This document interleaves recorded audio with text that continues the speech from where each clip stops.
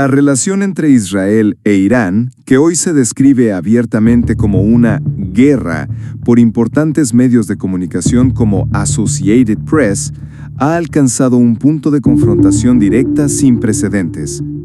Esta designación subraya la magnitud, intensidad y duración de los enfrentamientos militares directos entre ambos estados, marcando un cambio fundamental respecto a décadas de conflicto indirecto. Esta escalada, que incluye ataques aéreos israelíes contra instalaciones nucleares y militares iraníes, así como barreras de misiles iraníes contra Israel, representa un momento crítico en su prolongada rivalidad.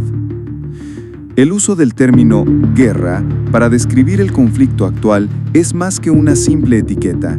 Indica una peligrosa nueva fase en la que la acción militar directa entre estados se ha convertido en una realidad. Esta evolución de una guerra en la sombra a una confrontación abierta eleva considerablemente las apuestas y aumenta el riesgo de una conflagración regional más amplia. La normalización de la acción militar directa entre estas dos potencias regionales podría sentar un precedente peligroso para futuras interacciones, haciendo de la confrontación directa una herramienta más aceptada en la política exterior de Oriente Medio. La trayectoria histórica de la relación entre Irán e Israel es notablemente compleja y ha experimentado una transformación dramática. Pasó de un sorprendente periodo de alianza pragmática a mediados del siglo XX a una amarga confrontación adversaria en la actualidad. Esta yuxtaposición de la animosidad actual con la amistad sorprendente y los lazos milenarios entre persas y judíos sugiere que la intensa hostilidad actual no es un resultado histórico inevitable. Esta perspectiva es fundamental para comprender cómo se produjo este cambio drástico, desafiando interpretaciones simplistas de los orígenes del conflicto. Este informe explorará esta evolución, comenzando por las profundas raíces históricas de sus respectivas tierras y pueblos, pasando por un periodo de cooperación estratégica, hasta la ruptura ideológica de la Revolución Islámica de 1979 y, finalmente, la actual escalada militar directa y sus profundas implicaciones regionales y globales. La tierra de Canaán y el antiguo Israel. Canaán fue una antigua civilización de habla semítica situada en el Levante meridional durante el segundo milenio a.C. Su ubicación estratégica, en el cruce de importantes civilizaciones antiguas, la convirtió en un punto de convergencia geopolítica crucial donde se sobreponían las esferas de interés de imperios como el egipcio, hitita, mitani y asirio. La evidencia arqueológica revela una larga historia de habitación humana, trazando una transición de sociedades cazadores-recolectores paleolíticas a comunidades agrícolas y ganaderas asentadas. El periodo calcolítico, 4500 a 3500 a.C., presenció el surgimiento de la metalurgia temprana, notablemente a través de la cultura gazuliana, conocida por sus expertos herreros de cobre. Con el tiempo, el urbanismo regresó a la región, lo que llevó al desarrollo de pequeñas ciudades-estado, siendo Hazor particularmente importante. La cultura material cananea mostró influencia mesopotámica y la región se integró en vastas redes comerciales internacionales. El idioma cananeo se considera una forma arcaica del hebreo, y a los cananeos se les atribuye haber sido la primera persona, hasta donde se sabe, en utilizar un alfabeto. La Biblia hebrea narra los orígenes de los israelitas, trazando su descendencia de patriarcas como Abraham, Isaac y Jacob, su esclavitud en Egipto, el milagroso éxodo liderado por Moisés y la eventual conquista y asentamiento de Canaán bajo Josué. Este periodo temprano se describe como una confederación tribal, laxa, bajo líderes militares carismáticos conocidos como jueces. Sin embargo, el erudito moderno generalmente postula que el antiguo Israel surgió principalmente de la población indígena de Canaán, en lugar de ser solamente una fuerza conquistadora externa. Los primeros israelitas probablemente comprendieron diversos elementos de la sociedad de la Edad del Bronce tardío, incluidos villoreños rurales, antiguos pueblos asentados, campesinos desplazados, grupos pastoriles y segmentos marginales como los Apirú y Ashus, posiblemente unidos por esclavos semitas fugitivos de Egipto. Los primeros asentamientos israelitas que aparecieron en la región montañosa central entre los siglos XIII y XII a.C. eran típicamente aldeas sin muros que albergaban a solo unos 500 personas. Las casas se construían de adobes y cimientos de piedra, a menudo con 3 o 4 habitaciones. Subsistían de la agricultura, construyendo terrazas en las laderas de las colinas y cultivando diversos cultivos y ganadería, y sus aldeas eran en gran parte autosuficientes económicamente. La sociedad israelita estaba organizada alrededor de tribus basadas en el parentesco que controlaban parcelas de tierra y operaban de forma independiente. Estas tribus podían unirse cuando se enfrentaban a amenazas externas, como los filisteos, lo que contribuyó a la formación de una identidad colectiva. Aunque el proceso específico de adopción del monoteísmo es desconocido, fue gradual. El yavismo, como algunos eruditos lo denominan, a menudo es descrito como una forma de enoteísmo o monolatría. Una religión popular, influenciada por creencias politeístas, siguió practicándose. Reyes posteriores, como Ezequías y Josías, implementaron reformas religiosas destinadas a centralizar el culto del Dios de Israel en Jerusalén y eliminar las costumbres extrañas. La economía se basaba principalmente en la producción a gran escala de aceite de oliva y vino en las alturas. Es probable que Israel se convirtiera en un importante proveedor de aceite de oliva a potencias vecinas como Egipto y Asiria, y se benefició de su posición estratégica en el comercio regional, actuando como intermediario para bienes como el cobre y los caballos egipcios. La estructura administrativa era monárquica, con el rey gobernando los reinos. El rey estaba apoyado por un grupo de altos dignatarios, incluido el jefe del ejército, el gran escriba, el heraldo, el sumo sacerdote y el maestro del palacio. La tierra de Persia y el antiguo Irán. Históricamente conocida como Persia, el antiguo Irán fue la nación dominante del oeste de Asia durante más de 12 siglos, caracterizada por 3 dinastías nativas sucesivas, los imperios Aqueménida, Parto y Sasánida, que controlaron imperios de tamaño y complejidad sin precedentes. El imperio Aqueménida, 550 a 330 a.C., fundado por Ciro el Grande, se convirtió en el imperio más grande que el mundo antiguo había visto, extendiéndose desde Anatolia y Egipto a través del oeste de Asia hasta el norte de la India y Asia Central. Ciro conquistó rápidamente Media, Lidia y Babilonia, heredando la autoridad sobre gran parte del cercano oriente. Su hijo, Cambises II, añadió Egipto al territorio persa.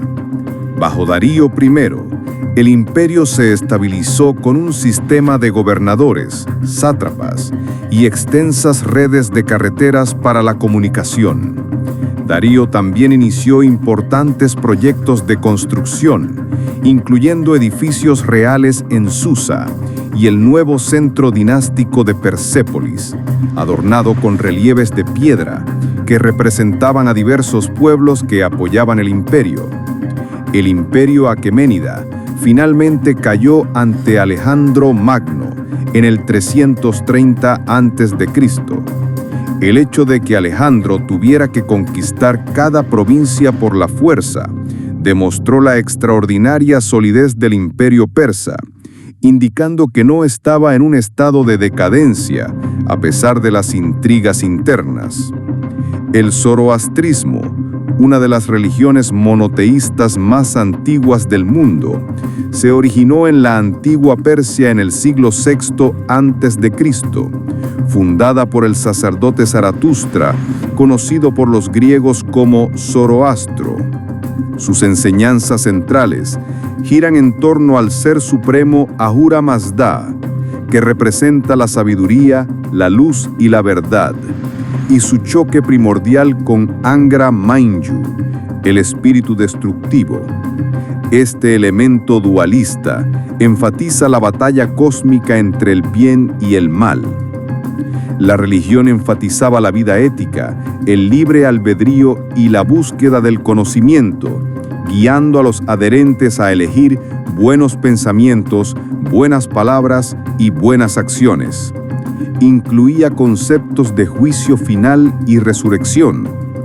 Se cree que el zoroastrismo influyó significativamente en los sistemas de creencias del judaísmo, el cristianismo y el islam, particularmente a través de sus conceptos de dualismo, escatología, estudio de los tiempos finales, y monoteísmo ético. Sus principios, particularmente Asha, verdad, orden y rectitud, fueron centrales para los códigos legales y morales persas. El rey era visto como divinamente nombrado y el defensor de Asha, responsable de proteger a los débiles y oprimidos. La religión también influyó en aspectos prácticos de la sociedad persa, como la gestión de la tierra y el desarrollo de sofisticados sistemas de riego, qanat, y fomentó una fuerte tradición de erudición y aprendizaje. El zoroastrismo desempeñó un papel crucial en la unión de las diversas culturas y pueblos dentro del vasto imperio persa, a través de creencias, valores y marcos éticos compartidos, fomentando un sentido de identidad y cohesión.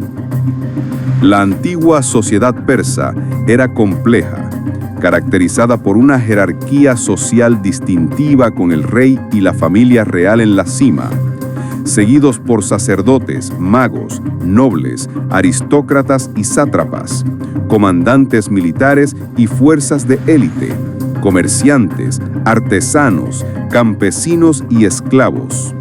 Dentro de cada clase existían jerarquías adicionales. La familia era la unidad social fundamental, con los padres ejerciendo una autoridad tiránica sobre sus hijos. El matrimonio era un asunto formal y se fomentaba la poligamia para asegurar herederos legítimos. El crecimiento del imperio requirió una gran burocracia, que incluían numerosos recaudadores de impuestos, administradores, escribies y un considerable cuerpo de traductores, debido a la diversidad de idiomas hablados en todo el imperio.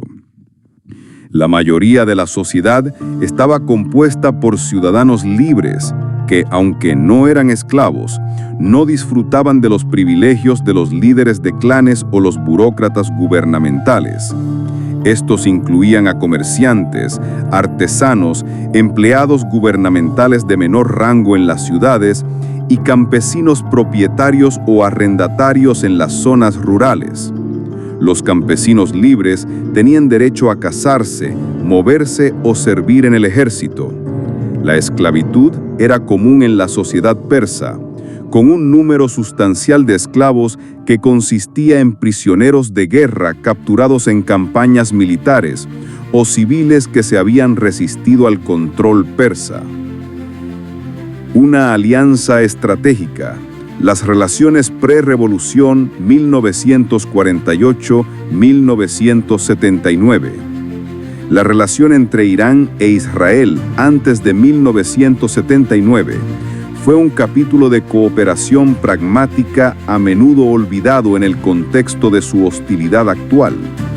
Bajo la dinastía Pahlavi, que gobernó Irán desde 1925 hasta la revolución de 1979, los lazos entre Irán e Israel estaban lejos de ser hostiles.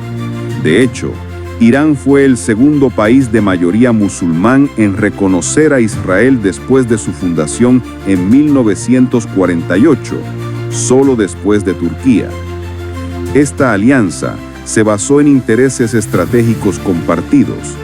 Israel, buscando romper su aislamiento en Oriente Medio, persiguió relaciones con estados no árabes en la periferia de la región, una estrategia conocida como la doctrina de la periferia.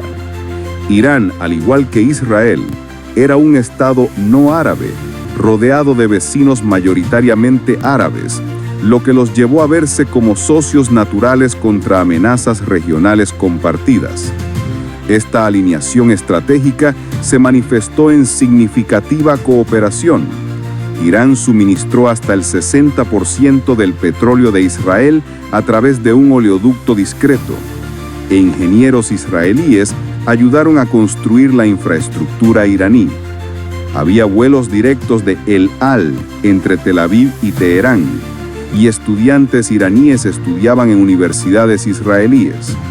La cooperación en seguridad también fue profunda, con el Mossad israelí ayudando a entrenar a la policía secreta del Shah, Savak, y líderes israelíes como Rabin y Pérez, visitando Teherán para coordinar políticas. Sin embargo, a pesar de esta estrecha relación, la postura de Irán no era totalmente pro-Israel. El Shah nunca estableció relaciones diplomáticas plenas, insistiendo en que lo haría solo después de que Israel pusiera fin a su ocupación de los territorios palestinos, una posición similar a la de muchos países árabes en la actualidad. Irán se mantuvo neutral en las guerras árabes-israelíes, ofreciéndose como mediador. Incluso en 1947, Irán propuso una solución federativa de un solo Estado para Palestina, oponiéndose a la partición de la ONU, y votó en contra de la admisión de Israel en la ONU en 1949. Además, figuras religiosas iraníes criticaron la amistad del Shah con Israel y simpatizaban con la causa palestina. De hecho, Irán proporcionó asistencia financiera a la OLP en la década de 1960, y los islamistas iraníes y los marxistas radicales construyeron lazos duraderos con grupos palestinos, con muchos iraníes entrenando y luchando junto a los palestinos. Esta complejidad subraya que la relación, aunque pragmática y mutuamente beneficiosa, no era una amistad incondicional, y las tensiones subyacentes ya existían. Un breve periodo de interrupción ocurrió en 1951, cuando Mohammad Mossadegh se convirtió en primer ministro de Irán. Mossadegh, quien nacionalizó la industria petrolera del país, rompió lazos con Israel, viéndolo como instrumento de los intereses occidentales. Sin embargo, el golpe de Estado orquestado por los servicios de inteligencia del Reino Unido y Estados Unidos derrocó a Mossadegh y reinstauró al Shah, quien se convirtió en un firme aliado de Occidente, restableciendo lazos con Israel. La participación de Estados Unidos en este golpe marcó un punto de inflexión, ya que Washington asumió un interés real en el destino de Irán, y la ayuda estadounidense permitió al Shah consolidar su autoridad. Estados Unidos también apoyó el programa nuclear de Irán a través del programa Átomos para la Paz, proporcionando a Irán su primer reactor nuclear en 1957 y uranio enriquecido para armas después de 1967. Sin embargo, a pesar de esta estrecha alianza con Estados Unidos, la influencia real de Washington en la política interna iraní disminuyó a medida que los ingresos petroleros de Irán crecieron considerablemente en las décadas de 1960 y 1970, fortaleciendo el poder del Estado iraní sobre su propia población. La ruptura ideológica. La Revolución Islámica de 1979 marcó una ruptura dramática y fundamental en las relaciones entre Irán e Israel, transformándolas de una alianza pragmática a una hostilidad abierta y profundamente ideológica. El derrocamiento del Shah Mohammad Reza Pahlavi y el establecimiento de la República Islámica bajo el liderazgo del Ayatolá Ruhollah Khomeini cambiaron drásticamente la visión del mundo de Irán. Khomeini introdujo una nueva visión del mundo que defendía predominantemente el Islam y abogaba por enfrentarse a las potencias mundiales arrogantes y sus aliados regionales, a quienes consideraba opresores de otros, incluidos los palestinos, para servir a sus propios intereses. En este nuevo marco ideológico, Israel fue designado como el pequeño Satán, en contraste con Estados Unidos, el gran Satán. Para el nuevo régimen iraní, Israel se convirtió en un foco central de vitriolo ideológico y religioso. La transformación fue inmediata y simbólica. Irán cortó todos los lazos oficiales con Israel a los pocos días de la revolución. La antigua embajada israelí en Teherán fue entregada a la OLP y Yasser Arafat izó la bandera palestina donde una vez ondeaba la estrella de David. Khomeini declaró que debemos levantarnos todos para destruir a Israel y elevó la causa palestina a un nivel sagrado.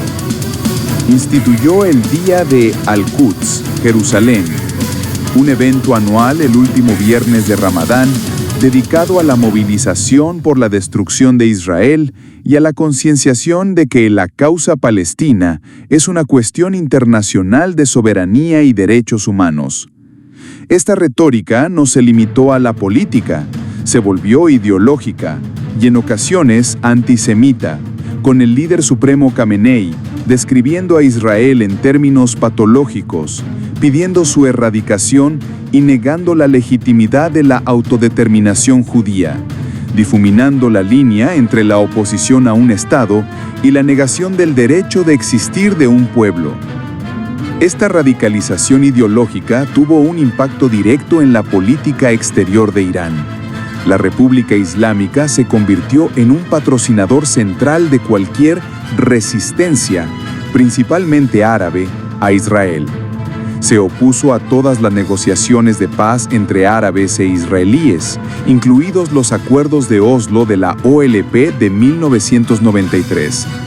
El cambio de Irán de aliado a archienemigo se debió a la desaparición de las imperativas de seguridad comunes que los habían unido anteriormente, como la amenaza de los estados nacionalistas árabes y el Imperio Soviético, que se desvanecieron a principios de la década de 1990. La revolución no solo reescribió la historia geopolítica, sino que también representó un asalto a la memoria, con el régimen trabajando incansablemente por borrar la historia de la amistad persa-judía y reemplazar milenios de coexistencia con un odio fabricado. Sin embargo, la persistencia de una comunidad judía en Irán, que aún cuenta con unos 10.000 miembros, y los relatos de iraníes en el exilio que recuerdan interacciones positivas con sus vecinos judíos, sugieren que los lazos históricos no se borran tan fácilmente. Esta transformación de un conflicto nacional a uno religioso, impulsado en parte por el interés de Irán en presentar la lucha como islámica en lugar de árabe, ha hecho que el conflicto sea más resistente a soluciones pragmáticas y potencialmente más peligroso. La era del conflicto indirecto, la estrategia de los proxies, 1980-2010. Tras la Revolución Islámica, la hostilidad de Irán hacia Israel se manifestó principalmente a través de una estrategia de conflicto indirecto, utilizando grupos proxy para proyectar su poder y desafiar a Israel en la región. La guerra Irán-Irak y los acuerdos secretos, 1980-1988. Paradójicamente, a pesar de la retórica anti-israelí del nuevo régimen, Irán e Israel mantuvieron interacciones secretas durante la guerra Irán-Irak, 1980-1988. Israel consideraba a Irak, bajo Saddam Hussein, una amenaza mayor debido a su poderoso ejército y su hostilidad hacia Israel. La lógica israelí era mantener a ambos adversarios potenciales debilitados. Durante esta guerra, Israel se convirtió en uno de los proveedores secretos de armas más importantes de Irán.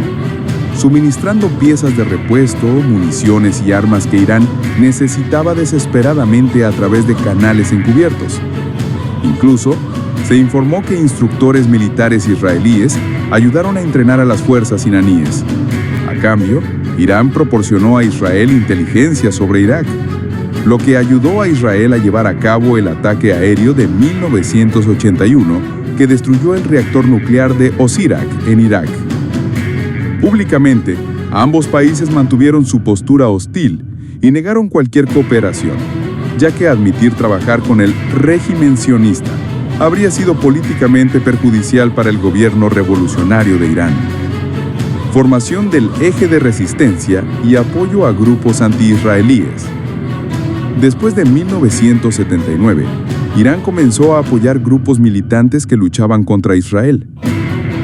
Este esfuerzo se formalizó en lo que se conoce como el eje de resistencia, una coalición informal de organizaciones militantes y políticas apoyadas por Irán en todo Oriente Medio, unidas para contrarrestar la influencia de Estados Unidos e Israel en la región. La idea de una internacional islámica fue perseguida por los fundadores radicales del Cuerpo de la Guardia Revolucionaria Islámica, CGRI, como Mohammad Montaseri y Mustafa Chamarán. El Departamento de Movimientos de Liberación Islámica fue creado para unificar las actividades de grupos como el Partido Da'wa Islámico Iraquí, la organización Badr y los grupos libaneses Amal y Hezbollah, marcando el comienzo de los esfuerzos de Irán para forjar este eje.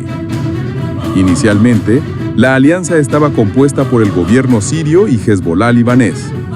Con el tiempo, Irán, ya estrechamente alineado con Siria y Hezbollah, fortaleció estas relaciones, formando el núcleo del eje.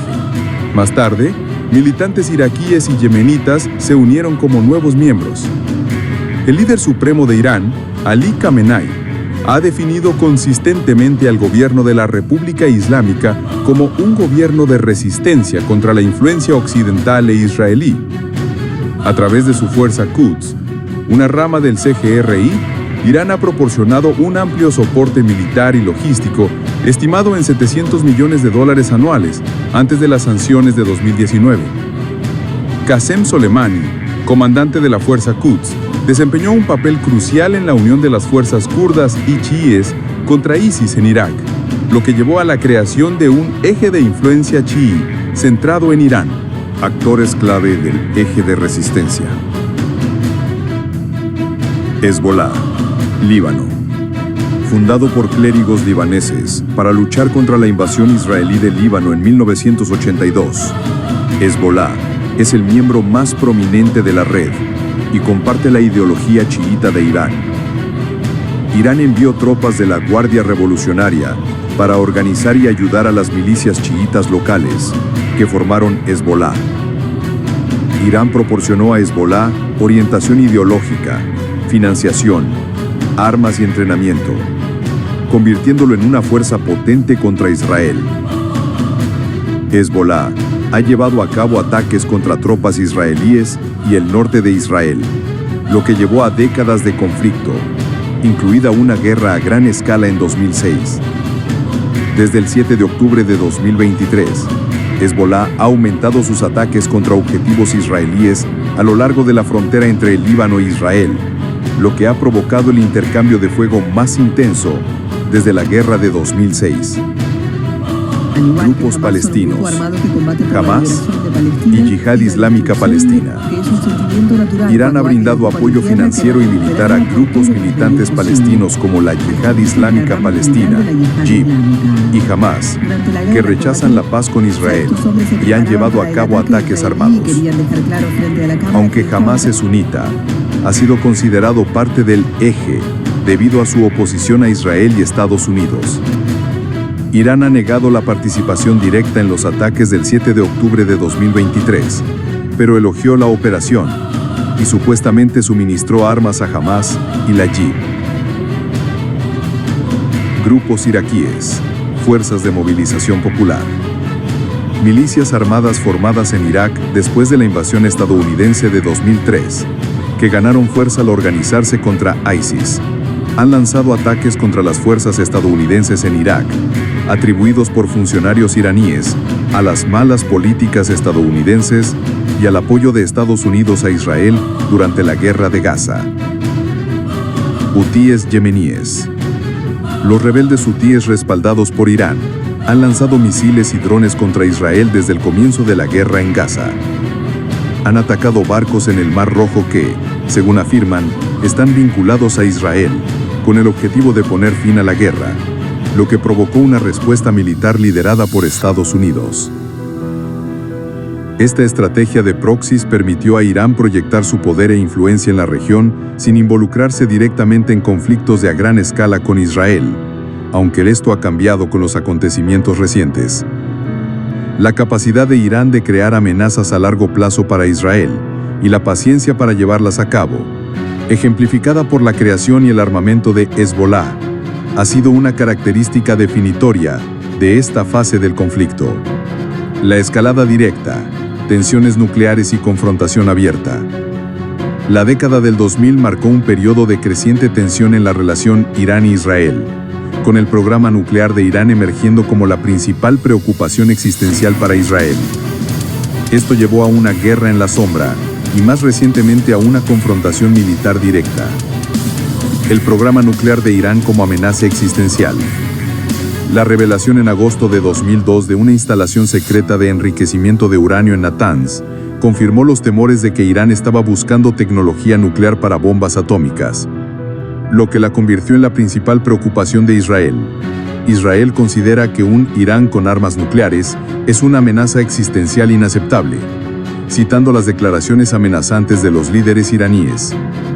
Israel ha afirmado explícitamente su derecho a actuar militarmente para impedir que Irán obtenga una bomba nuclear. Irán ha sostenido consistentemente que su programa nuclear tiene fines pacíficos y que nunca ha tenido la intención de desarrollar armas nucleares. Sin embargo, Irán sí desarrolló un programa encubierto de armas nucleares llamado Proyecto Ahmad en las décadas de 1980 y 1990, que las evaluaciones de inteligencia de Estados Unidos indican que fue suspendido en 2003. Israel, que no ha firmado el Tratado de No Proliferación Nuclear, es hueso poseedor de armas nucleares. Los esfuerzos diplomáticos llevaron al Plan de Acción Conjunta Integral, PAICA, en julio de 2015, que limitó las actividades nucleares de Irán a cambio del levantamiento de las sanciones económicas. Sin embargo, Israel criticó el acuerdo, argumentando que permitiría a Irán reanudar el enriquecimiento más tarde y no abordaba su programa de misiles ni el apoyo a militantes. En 2018, Estados Unidos se retiró unilateralmente del PAICA, una medida apoyada por Israel, lo que llevó a Irán a cumplir con los límites del acuerdo y aumentar el enriquecimiento de uranio, intensificando la alarma israelí. Para 2021, Irán enriquecía uranio al 60% de pureza, un paso corto hacia el grado de armas. La guerra en la sombra y los ataques directos. Una guerra secreta también se ha librado para frenar el progreso nuclear de Irán. El virus informático Stuxnet de 2010, que se cree que fue una creación conjunta de Estados Unidos e Israel, saboteó centrifugadoras en Natanz. A lo largo de la década de 2010, científicos nucleares iraníes fueron misteriosamente asesinados, lo que Irán atribuyó a Israel. En noviembre de 2020, el principal científico nuclear de Irán, Mohsen Fakhrizadeh, fue asesinado en una emboscada atribuida a Israel. Irán o sus proxies han intentado represalias, incluidos ciberataques y ataques planeados contra ciudadanos israelíes en el extranjero. Las tensiones militares han aumentado en otros escenarios. En Siria, durante la Guerra Civil Siria, 2011-2025, Israel llevó a cabo cientos de ataques aéreos dirigidos a envíos y personal iraní para evitar que Irán estableciera una base militar. A raíz de la caída del régimen de Assad en 2024, que interrumpió la ruta de suministro militar de Hezbollah a través de Siria, se produjo un golpe significativo para la red del eje de resistencia de Irán. Esta debilidad allanó el camino para que Israel atacara a Irán en 2 ocasiones el año pasado, eliminando defensas aéreas clave y despejando el camino para la reciente guerra aérea. En 2024, Irán e Israel se atacaron directa y abiertamente por primera vez después de décadas de conflicto indirecto. En abril de 2024, un ataque aéreo israelí contra el consulado iraní en Damasco mató a oficiales iraníes. Irán respondió con ataques con misiles y drones contra Israel, la mayoría de los cuales fueron interceptados. Israel también llevó a cabo supuestas operaciones de sabotaje en suelo iraní. En julio de 2024, Israel asesinó al líder de Hamas, Ismail Haniyeh, en Teherán, y en septiembre de 2024, al líder de Hezbollah, Hassan Nasrallah, y al prominente comandante del GSRI, Abbas Nilfuroshan, en el Líbano. Estos eventos marcan una escalada de la guerra en la sombra a una confrontación militar más abierta y directa. La guerra actual y sus implicaciones. Junio de 2025. A partir de junio de 2025, el conflicto entre Israel e Irán se ha intensificado a un nivel que la Associated Press denomina guerra, reflejando el alcance, la intensidad y la duración sin precedentes de las actividades militares directas. El 13 de junio de 2025, Israel lanzó una serie de ataques contra instalaciones nucleares y militares iraníes, lo que llevó a Estados Unidos a bombardear 3 instalaciones nucleares en Irán. El presidente Donald Trump anunció un alto el fuego completo y total el 23 de junio de 2025, después de un ataque limitado con misiles iraníes contra una base militar estadounidense en Qatar, en represalia por los bombardeos estadounidenses. Sin embargo, Irán lanzó misiles hacia Israel aproximadamente una hora después de la fecha límite del alto el fuego, dejando su estado incierto. Las barreras iraníes causaron la muerte de al menos 4 personas y 8 heridos en Israel, y se recuperaron 4 cuerpos de un edificio en Beersheba. Israel confirmó haber atacado objetivos del régimen y cuerpos de represión gubernamentales en el corazón de Teherán, así como instalaciones nucleares y militares iraníes. El conflicto ha revelado la vulnerabilidad de Irán y la extensión de la infiltración de la inteligencia israelí, afectando a los altos mandos de la Guardia Revolucionaria y agotando su arsenal de misiles balísticos. La estrategia del eje de resistencia de Irán, concebida como un amortiguador para mantener el conflicto lejos de las fronteras iraníes, ha demostrado ser un fracaso. La red ha sufrido golpes significativos en la guerra de Gaza y el conflicto entre Israel y Hezbollah. La neutralización de Hezbollah y el derrocamiento del régimen de Assad en Siria han desmantelado lo que parecía ser una alianza inabrancable, debilitando la disuasión iraní y aumentando su aislamiento. Las narrativas nacionales de ambos países son una parte crucial de la contienda. Israel ha intentado presentarse como un héroe poderoso y una víctima agraviada, destacando sus ataques quirúrgicos y la necesidad de una disuasión preventiva mientras muestra imágenes de niños en refugios antibombas. Irán, por su parte, ha enmarcado los ataques israelíes como agresión ilegal y su respuesta como legítima defensa, distribuyendo imágenes de instalaciones bombardeadas junto con videos de lanzamientos de misiles, buscando proyectar una imagen de nación resistente y sufriente. Esta batalla de narrativas se libra en los titulares, los hashtags y las mentes de millones, siendo tan consecuente como los propios ataques militares. Implicaciones regionales y globales.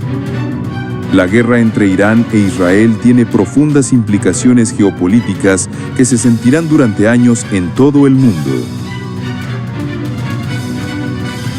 Impacto en la seguridad internacional. El conflicto suscita serias preocupaciones sobre el Tratado de No Proliferación Nuclear.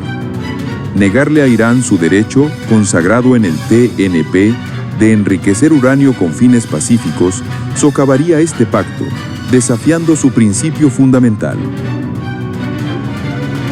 Un desmantelamiento de este régimen podría incentivar a más países a desarrollar armas nucleares para asegurar la disuasión. La situación actual, donde Irán, sin armas nucleares, ha sido bombardeado, mientras que Corea del Norte, que sí las posee, no lo ha sido, sugiere que la fuerza y la posesión de armas nucleares son factores decisivos en la seguridad internacional. La crisis ha vuelto a colocar a Oriente Medio en la agenda de seguridad global, disipando la noción de que la región podría tolerar el desinterés estadounidense y europeo.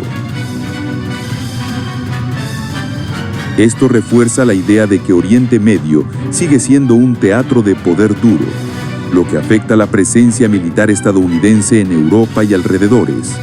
La proliferación de tecnologías de ataque de largo alcance, incluidos los enjambres de drones, pone la exposición de las poblaciones civiles en primer plano en los debates sobre defensa.